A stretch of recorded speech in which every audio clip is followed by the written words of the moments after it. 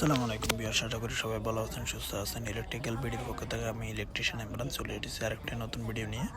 তো আপনারা সবাই জানেন যে আমি দীর্ঘ প্রায় 6 বছরের কাছাকাছি আমি আবার শহরে ছিলাম সৌদি আরবের।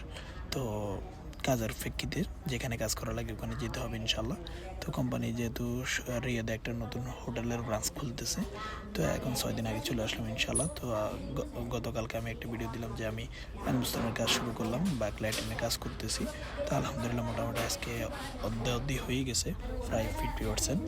তো এখানে দেখতেছেন আমি প্রথমে টানাবান সকল কিছু জাবিয়ে লেভেল করার পর এখন আর সাইড বাই সাইড ফাতাগুলো বসাই দিতেছি। তো দেখতেছেন একদম ফ্রিভাবে বসতেছে। তো টেকনিক্যাল কাজের সকল জায়গাতে চাহিদা আছে, গুরুত্ব আছে। আপনি যত বেশি কাজে দক্ষ হবেন তত বেশি আপনার সুনাম থাকবে, তত বেশি আপনি পয়সা ইনকাম করতে পারবেন।